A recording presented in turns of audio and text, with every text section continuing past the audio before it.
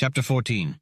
"I hate to leave this meeting, it's fantastic," remarked Rizzo as he swiftly made his way down to the torpedo room at Fenor's command to send recall messages to all the outlying vessels. "But this machine isn't designed to let me be in more than 2 places at once. I wish it were. Maybe after this conflict is over, we'll be able to incorporate something like that into it." The chief operator touched a lever, and the chair he sat on, with all its control panels, swiftly slid across the floor toward an apparently blank wall. As he reached it, a port opened, and a metal scroll appeared, containing the numbers and last reported positions of all Fenachrone vessels outside the detector zone. A vast magazine of torpedoes came up through the floor, with an automatic loader to place a torpedo under the operator's hand the moment its predecessor had been launched. "Get Peg here quick, Mart. We need a stenographer. Till she gets here, see what you can do in getting those first numbers before they roll off the end of the scroll. No, hold it as you were. I've got control enough to put the whole thing on a recorder, so we can study it at our leisure." Haste was indeed necessary, for the operator worked with uncanny quickness of hand. One fleeting glance at the scroll, a lightning adjustment of dials in the torpedo, a touch upon a tiny button, and a messenger was on its way.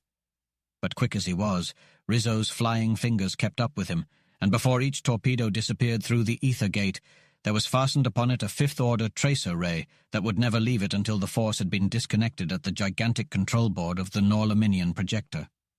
1 flying minute passed, during which 70 torpedoes had been launched before Rizzo spoke. "I wonder how many ships they've got out anyway. I didn't get any idea from the brain record. Rovol, it would be wise to install more tracer rays on this board. I only have a couple hundred, which may not be enough, and I have my hands full," said the young scientist, Rizzo. Rovol sat beside him, like one organist joining another at the console of a tremendous organ. Rizzo's nimble fingers manipulated controls until he had exactly the required combination of forces centered upon the torpedo next to issue. He then pressed a tiny switch, and the next in series would drive home, transferring to itself the assembled beam and releasing the keys for the assembly of other forces. Rovol directed forces that were seizing and shaping material, as well as other forces. He set up one integral, and a new stop appeared upon the panel at Rizzo's left hand. The stops continued to appear at the rate of exactly 70 per minute upon the panel.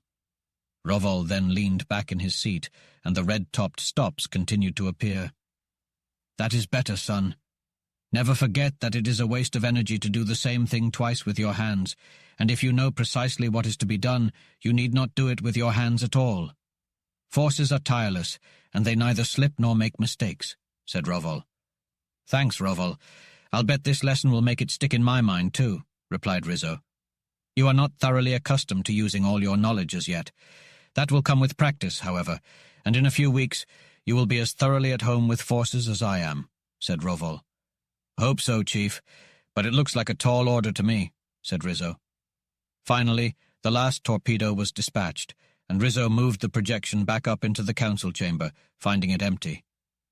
"Well, the conference is over besides. We've got more important fish to fry. War has been declared on both sides, and we've got to get busy. They've got 906 vessels out, and every one of them has to go to Davy Jones's locker before we can sleep sound of nights. My first job will have to be untangling those 906 forces, getting lines on each one of them, and seeing if I can project straight enough to find the ships before the torpedoes overtake them. Mart, you and Orlon, the astronomer, had better dope out the last reported positions of each of those vessels, so we'll know about where to hunt for them. Rovol, you might send out a detector screen a few light years in diameter to be sure none of them slips a fast one over on us. By starting at this point and gradually expanding, we can ensure that no Fenachrone are present. Then we'll find a piece of copper on that planet, coat it with their own X-metal, and blow them to smithereens." "May I offer a suggestion?" asked Drasnik, the first of psychology. "Of course, everything you've said so far has been meaningful. You know that there are actual scientists among the Fenachrone, and you've also suggested that while they may not be able to penetrate the force field or use fifth-order rays, they may still know about them in theory, and even be able to detect them. Let's assume that such a scientist detected your rays when you were there a short time ago. What would they do?" "I have no idea. Tell me, what would they do?" "They could do any number of things, But if I understand their nature correctly, they would gather as many men and women as possible and migrate to another planet. They would instantly realize that you used fifth-order rays as carrier waves and would be able to deduce your ability to destroy. They would also know that they couldn't hope to learn to control these unknown forces in the brief time they had. With their savage and vengeful nature, as well as their intense pride of race, they would take every possible step to perpetuate their race and seek revenge. Am I right? Rizzo quickly manipulated his controls and threw up a fifth-order detector screen that the Fenachrone couldn't neutralize. You're right, Drasnik. But it's been half an hour since we declared war. What if we're too late? What if some of them have already escaped? If even one couple has beaten us to it, we'll have to start all over again in 1,000 years. Drasnik, you have a brilliant mind. What can we do? I suggest that now that we've prevented further exodus, we destroy the planet temporarily. Rovol and his team are almost finished with the other projector. Let them send me to the Fenachrone world, where I'll conduct a thorough mental investigation. By the time you've dealt with the raiding vessels, I should have learned everything we need to know. Excellent. Get to it. May your thoughts be fruitful. Does anyone else see any other loopholes I've missed? No one had any other suggestions, and each man got to work on his assigned task. The team of Crane, Galaxy Chart, and Orlon from the Fenachrone operator's dispatching scroll quickly determined the positions of the Fenachrone ships and marked them with tiny green lights on a massive model of the galaxy. They discovered that some of the ships were exploring very close to their home system, and the torpedoes would reach them within hours. Rizzo followed the tracer ray on the torpedo that would reach its destination first and projected himself forward in that exact line with a detector screen. He stopped instantly when he encountered the power plant of the exploring raider. Rizzo found himself in the control room of the Fenachrone ship, which was heading towards a bright blue-white star. The crew was at battle stations, and the navigating officers were peering intently into the operating visiplates. Rizzo remarked that it was a dirty job that had to be done, and Orlon and the other Norlaminians leaped out of the projector and floated to the ground. Dunark, the fierce and bloodthirsty Osnomian prince, wanted to push the button to destroy the enemy ship, but Rizzo was hesitant. With a fierce determination, Dunark threw the switch as Rizzo manipulated the controls. 2 electrodes of force were clamped onto the enemy vessel's power bar, and a disintegrating current was sent through the massive copper cylinder. The universe exploded into a blinding light as the cylinder resolved into pure energy. Rizzo and Dunark staggered back from the visiplates, blinded by the intense radiation. After recovering their sight, Rizzo suggested cutting out the visible spectrum before the flash and converting and reconverting the infrared to avoid burning their eyes out. They quickly moved on to the next nearest vessel, with Rizzo fastening a detector ray upon stop 29 of the tracer ray panel. They located the vessel and clamped the electrodes of force upon the driving bar. When Dunark threw the switch, there was a frightful explosion, but this time everything that happened was plainly visible. One moment, the vessel was boring through the void with its hellish Fenachrone crew performing their routine tasks. The next moment, there was a flash of light extending for thousands of miles in every direction. The sudden burst of light disappeared as quickly as it had appeared, leaving behind nothing in the vicinity of the Fenachrone cruiser. Not a single piece of metal or vapor remained. The power unleashed by the copper mass was immense, causing every atom of the vessel to disintegrate into radiations that would eventually combine with other radiations to form matter, following the natural cycle of the universe. One by one, the haughty fleet was destroyed, and a green light on the galactic model blinked out and turned pink as each threat was eliminated. After a few hours, the space surrounding the Fenachrone system was clear, but the task of locating the remaining vessels became increasingly difficult as the distance between them and their torpedoes grew. Rizzo made numerous attempts to use his detector screen to locate the nearest Fenachrone ship, but each time the projection flashed beyond the vessel's possible position without a reaction. After 30 unsuccessful attempts, Rizzo gave up and retreated to the projector base, smoking his favorite blend and deep in thought. Dorothy interrupted his musings, announcing that it was time to eat. Rizzo put his problem aside and joined his colleagues in the airboat, but he couldn't help but discuss his frustrations with Mart. Despite being able to hold a point rigidly at 500,000, Rizzo could only detect the Fenachrone up to 30,000 light-years away. Beyond that, It became nearly impossible to get the right shift, and there seemed to be no regular or systematic pattern to the shifts. Rizzo considered the possibility that space was curved in the fourth dimension, but he wasn't sure. As they disembarked, Dickie pondered aloud about the complexities of space and its dimensions. He explained that the fifth-order rays, with their velocity, do not follow the same path as light in the fourth dimension, which requires solving 5 simultaneous equations of the fifth degree and an exponential series to derive the fourth-dimensional concept. Crane was surprised that even Norlaminian theory couldn't handle this new phenomenon. Dickie suggested waiting for the torpedoes to reach their destination, which would take at least 6 months, and discussing the matter with the scientists during dinner. At dinner, Dickie explained the phenomenon to a group of white-bearded scientists, and Rovol was elated and enthusiastic about it. Rizzo was exasperated and wanted to do something about it immediately. Kasler suggested that the torpedoes were not intelligent entities, but mechanisms guided by streamers of force emanating from the vessels upon whose tracks they are. Rizzo exclaimed that nobody home was right, tapping his temple with an admonitory forefinger. "I reckon I'll stop using my noggin as a hat rack and put it to some use," Rizzo said. "Thanks for the idea. Now I have something to sink my teeth into. With Rovol working on a problem for the next century, everyone's happy."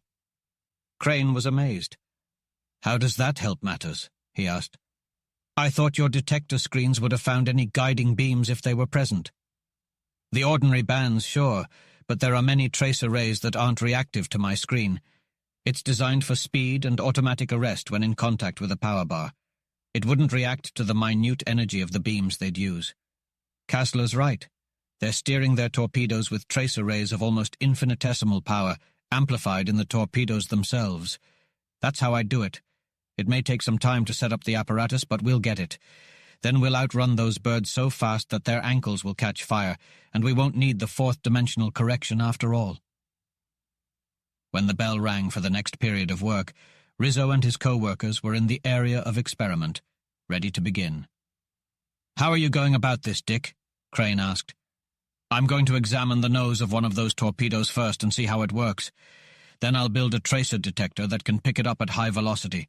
It's crazy that neither Rovol nor I, who should have thought of it first, ever saw anything as plain as that those things are following a ray." "That's easily explained and natural.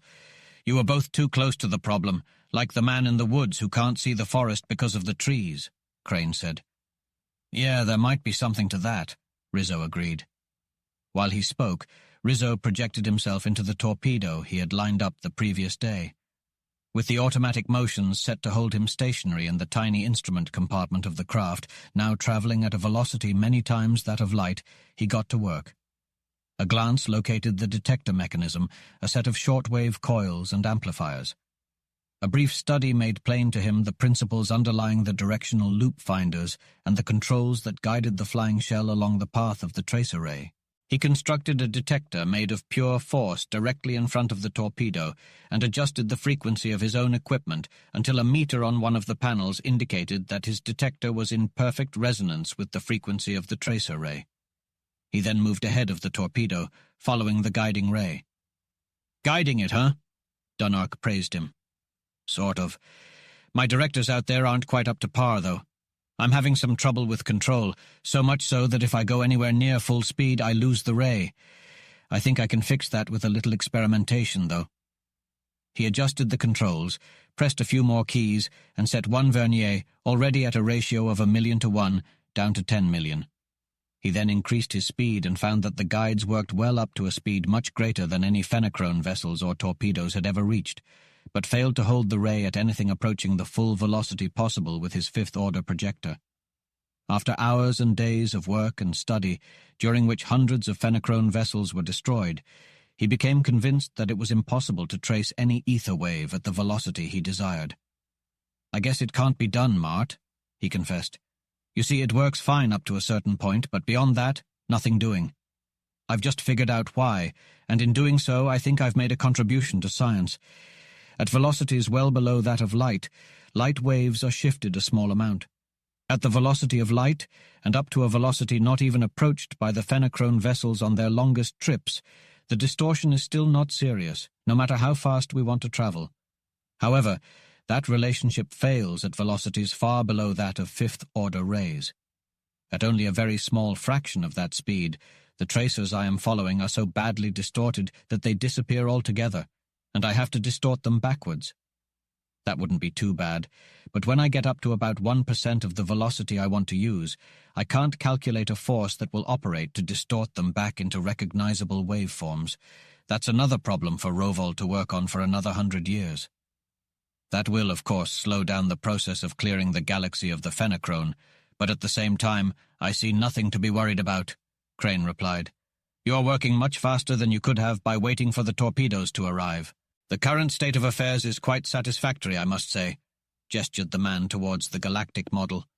Nearly 3/4 of the green lights had been replaced by pink ones. It's not bad. We'll finish up in 10 days or so, but I hate to lose. Well, I might as well stop complaining and get to work. After some time, the two terrestrials marked the 906th Fenachrone vessel on the model and went to find Drasnik. They found him in his study, surrounded by a mass of data, facts, and ideas projected in the air around him. Our first job is done, Rizzo announced. What have you found that you want to share? My investigation is almost complete, replied the First of Psychology gravely. I have delved into many Fenachrone minds, and without exception, I have found them to be chambers of horror that are unimaginable to us. However, you are not interested in their psychology, but in facts related to your problem. While such facts were scarce, I did discover a few interesting items. I spied on them in public and private places. I analyzed them individually and collectively, and from the few known facts and from the great deal of guesswork and conjecture available to me, I have formulated a theory. First, let me give you the known facts.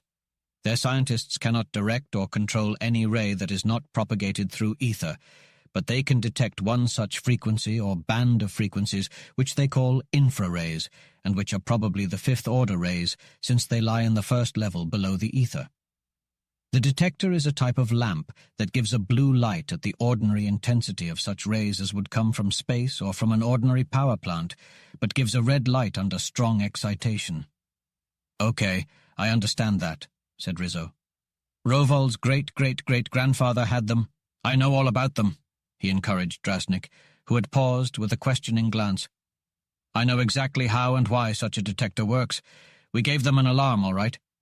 Even though we were working on a tight beam from here to there, our secondary projector there was radiating enough to affect every such detector within 1,000 miles. Drasnik continued. Another significant fact is that many people, about 500, have disappeared without explanation and without leaving a trace. It seems that they disappeared shortly after our communication was delivered. One of these was Fenor, the Emperor. His family remains, however, and his son is not only ruling in his stead, but is carrying out his father's policies. The other disappearances are all alike, and are peculiar in certain respects. First, every man who vanished belonged to the party of postponement, the minority party of the Fenachrone, who believe that the time for the conquest has not yet come. Firstly, each of the missing persons was a leader in their respective field, and every field is represented by at least one disappearance. Even the army, with General Fenimol, the commander-in-chief, and his entire family, are among the absentees. Secondly, each disappearance included an entire family, including children and grandchildren. Additionally, the Fenachrone Department of Navigation closely monitors all vessels, especially those capable of space travel. Every vessel is registered, and its location is always known through its tracer ray. No Fenachrone vessel is missing. I also gathered a lot of gossip and speculation, some of which may be relevant. Some believe that Fenor's secret service put all the missing persons to death, including the Emperor, in revenge. However, the most widespread belief is that they have fled. Some think they are hiding in a remote jungle shelter, as the registration of all vessels makes a long journey impossible, and the detector screens would have warned of any vessel leaving the planet. Others believe that powerful individuals like Fenimol and Ravindau could have built their own vessel without the knowledge or consent of the Department of Navigation, or stolen a Navy vessel and destroyed its records. Ravindau could have neutralized the screens to avoid detection. These people think that the missing ones have migrated to another solar system or planet in the same sun. An old general even suggested that they may have fled the entire galaxy, and that the rest of the party of postponement should follow them. In summary, my investigation suggests that the missing persons have left their solar system, probably in a massive vessel built a long time ago and held in readiness for such an emergency. I'm not sure of their destination, but I believe they have left this galaxy and plan to start anew on a suitable planet in another galaxy, from which they will eventually conquer the universe. Rizzo exclaimed, "Great balls of fire! They couldn't do that, not in a million years." After a moment of thought, he continued, "But they could, and with their dispositions they probably would. You're 100% right, Drasnik. We have a daunting task ahead of us. Farewell, and thank you very much," Rizzo said, pacing around lost in thought, his villainous pipe polluting the air. Crane sat calmly, waiting for his friend's quick-witted brain to find a solution to the problem at hand. "Got it, Mart!" Rizzo exclaimed, rushing to the board and setting up a series of integrals. "If they left the planet in a spaceship, we can monitor their departure and observe their actions, no matter what they are." "How?" Crane objected. "They've been gone for almost a month." "We know the exact time they left within half an hour. We'll travel the distance light has covered since then, collect the emitted rays, amplify them a few billion times, and observe whatever occurred," Rizzo explained. "But we don't know which part of the planet to observe or whether it was day or night when they left," Crane countered. "We'll go to the council room and follow the events from there. Day or night doesn't matter. We'll have to use infrared due to the fog, which is almost as effective at night as it is during the day. There's no such thing as complete darkness on any planet, and we have enough power to make anything visible that happened there, day or night. Mart, I have enough power to see and photograph the actual construction of the pyramids of Egypt in the same way, and they were built thousands of years ago." "Wow, what incredible possibilities," Crane exclaimed. "You could—" "Yeah, I could do a lot of things," Rizzo interrupted rudely. "But right now we have other things to deal with. I've just located the city we visited at around the same time we were there. General Fenimol, who disappeared, must be in the council room down here right now. I'll slow down our projection so that time appears to pass more quickly, and we'll go down there and see what really happened. I can heterodyne, combine, and recombine just as if we were watching the actual scene. It's more complicated, of course, since I have to follow and amplify it too, but it works out fine." "This is incredible, Dick. Imagine actually seeing something that happened in the past," Crane marveled. "Yeah, it's pretty amazing," Rizzo agreed. "As Dot would say, it's just too perfectly darn outrageous. But we're doing it, aren't we? I know how and why. I'll explain the method to you when we have some time. Well, here we go." Looking through the visiplates, the two men hovered above the massive central cone of the Fenacrone's capital city. As they were viewing in infrared light, the fog posed no difficulty, and they could clearly see the incomparable beauty of the concentric ring city and the lush jungle growth. They descended into the council chamber and witnessed Fëanor, Ravindau, and Fenimol deep in conversation. Crane challenged, "You've accomplished so many incredible feats, why not reconstruct their speech?" Rizzo replied, "Well, it's not impossible. We'd need 2 projectors due to the difference in speed between sound and light waves. Theoretically, sound waves can extend infinitely, but I doubt any detector or amplifier could reconstruct a voice more than an hour after it was spoken. We'll have to try it sometime and see. You're good at lip reading, right? Get as much as you can." They watched the scene unfold before them, seeing everything that had happened. They witnessed Fëanor's death, the general's family boarding the airboat, and Ravindau's organization embarking. Finally, they saw the first intergalactic cruiser take off, and Rizzo went into action. He drove the fifth-order beam faster and faster, until the ether rays they were following became too fast for his detecting converters. Rizzo calculated forces and plotted lines, then turned to Crane. "Solving the disappearances was easier than I thought it would be, but wiping out the last of the Fenacrone is getting no better. They're heading straight out into space away from the galaxy, and I assume they're using their utmost acceleration." Crane replied, "They're traveling at an incredible speed. They're so far out that I couldn't even hold a detector on them, let alone a force that I can control." Rizzo became hysterical. "Blow up that planet before any more of them get away, and then chase that boat clear to Andromeda if necessary. Let's go." Crane calmed him down. We have the same maximum acceleration as them, so if they have a month's head start, how long will it take us to catch them? Rizzo conceded. You're right, they'd always be going 1,000,000 or so times faster than us, getting further ahead in geometrical ratio. What's your idea? Crane replied, We need to destroy the planet of Fenachrone. Pursuing that vessel through intergalactic space is your problem. You must figure out some method of increasing our acceleration. The propulsion system is highly efficient, but I believe the Norlaminians possess knowledge that could improve it. Even a slight increase in acceleration would allow us to catch up to them eventually, pondered Rizzo. How far do we have to go? He asked. Until we are close enough to use your rays, approximately 500,000 light-years, replied Dunark. But won't they stop at some point? Rizzo questioned. Perhaps, but not for many years. They are powered and provisioned for 100 years and are headed to a distant galaxy. Ravindau would not have specified a distant galaxy without reason. Even the Fenachrone astronomers, with their reflecting mirrors 5 miles in diameter, could only make rough approximations of the true distances to the closest galaxies, explained Dunark. Our astronomers are way off then? Rizzo asked. Completely. Their estimates are not even of the correct order of magnitude, confirmed Dunark. Let's take care of that planet, and then we can go places and do things, Rizzo said, eager for action. Rizzo quickly located the magazines storing the power bars of the Fenachrone war vessels and erected a secondary projector of force in the Fenachrone atmosphere. They placed 18 bombs equidistant over the surface of the planet and prepared to simultaneously explode them, causing complete demolition of the entire globe. But as Rizzo's hand went to the plunger switch, he dropped it. I can't do it. It pulls my cork. I know darn well you can't either. I'll yell for help, he admitted. Dunark arrived and asked, Have you got it on the infrared? I want to see this, all of it. It's on. You're welcome to it, Rizzo replied as they turned away. The projector base illuminated with a subdued light as the bombs exploded, causing savage satisfaction in Dunark's fierce green face as he watched the destruction. It had to be done, but even that fact doesn't make it go down easy. Well, we're done with this projector. From now on, it's strictly up to us and Bismark Three, Season said jerkingly.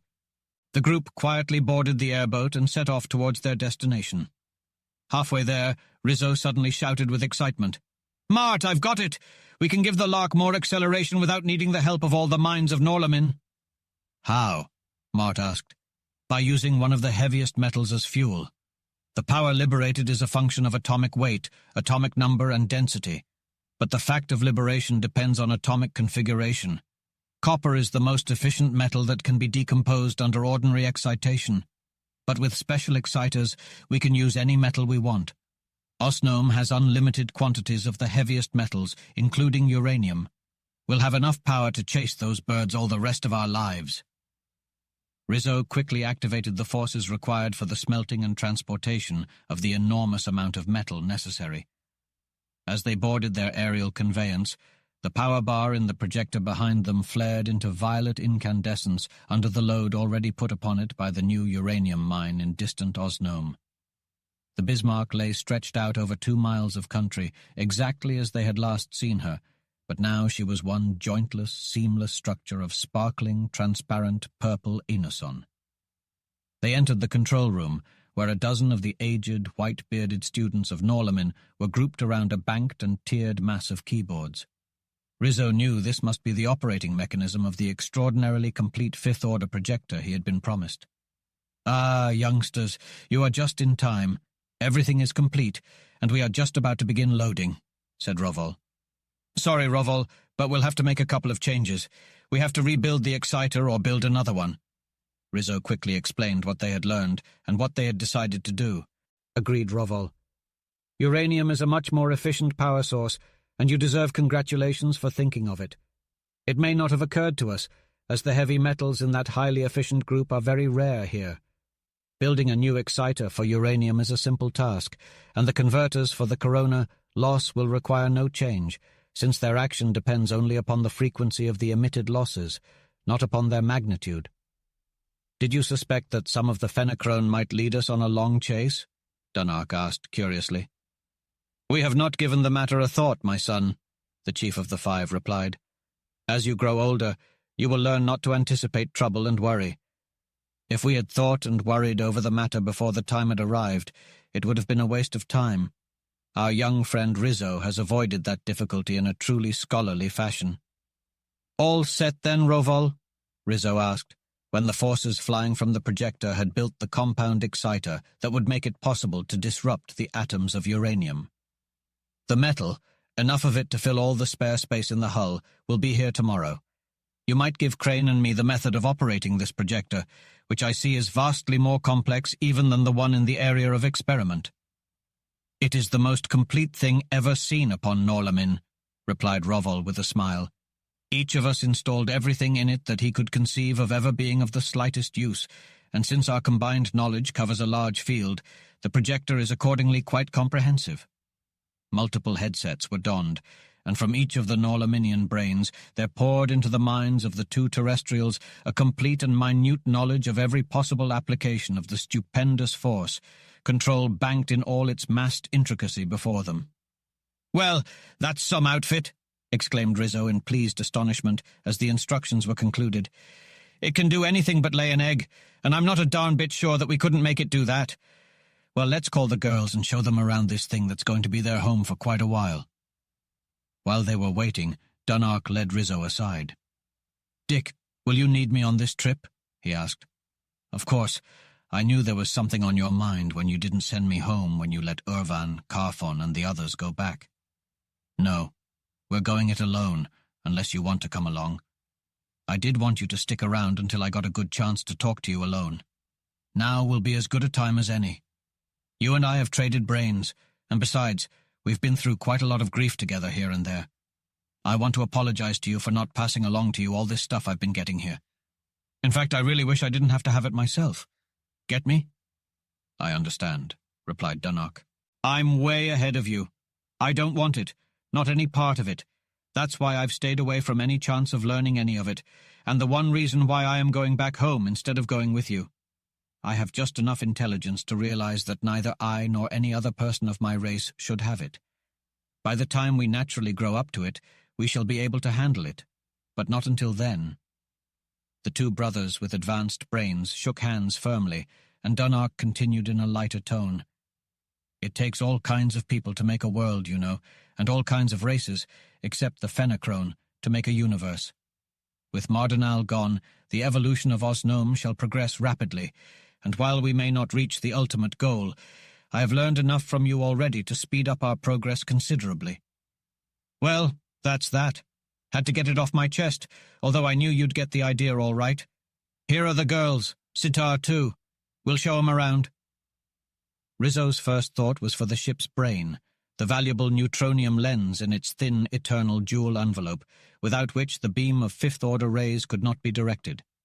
He found it a quarter of a mile back from the sharp prow, exactly in the longitudinal axis of the hull, protected by bulkheads of impregnable inoson. Satisfied, he went in search of the others, who were exploring their vast new spaceship. Despite its enormous size, there was no wasted space, and its design was as compact as that of a fine radio set. The living quarters were clustered around the central compartment, which housed the power plants, ray generators, and projectors, and countless controls for the projection and direction of fifth-order rays. Several large compartments were dedicated to the machinery that automatically serviced the vessel, including refrigerators, heaters, generators, and purifiers for water and air, as well as the numerous other mechanisms that would make the cruiser a comfortable and secure home, as well as an invincible battleship in the heatless, lightless, airless, matterless waste of intergalactic space. Many compartments were for the storage of food and supplies, which were already being filled by the first of chemistry's forces. "All the comforts of home, even to the labels," Rizzo grinned as he read, "Dole num 1 inch on cans of pineapple that had never been within thousands of light-years of the Hawaiian Islands, and saw quarter after quarter of fresh meat going into the freezer room from a planet where no animal other than man had existed for many thousands of years. Nearly all of the remaining millions of cubic feet of space were for the storage of uranium for power, with a few rooms already filled with ingot inoson for repairs. Within the many partitions that divided the ship into countless sealed sections, and within the numerous concentric layers of purple metal that made the vessel space-worthy and sturdy, There was ample space to store metal to keep the insatiable generators full, fed, no matter how long or how severe the demand for power. Each chamber was linked by a series of tubular tunnels through which propelled cars or elevators glided smoothly. These tubes had walls that came together into airtight seals at any point in case of a rupture. As they made their way back to the great control room of the vessel, they spotted something that, due to its small size and clear transparency, they had not previously noticed. Below that room, not too close to the outer skin, in a specially constructed spherical launching space, there was Bismark Two, fully equipped and ready for an interstellar journey on her own account. "Why, hello, little stranger," Margaret exclaimed. "Rovall, that was a thoughtful gesture on your part. Home wouldn't be home without our old Bismarck, would it, Martin?" "A practical thought, as well as a kind one," Crane replied. "Undoubtedly we will have occasion to visit places that are too small for the enormous bulk of this vessel." "Yes, and who ever heard of a sea-going ship without a small boat?" added Dorothy. "She's just too perfectly cool for words, sitting up there, isn't she?"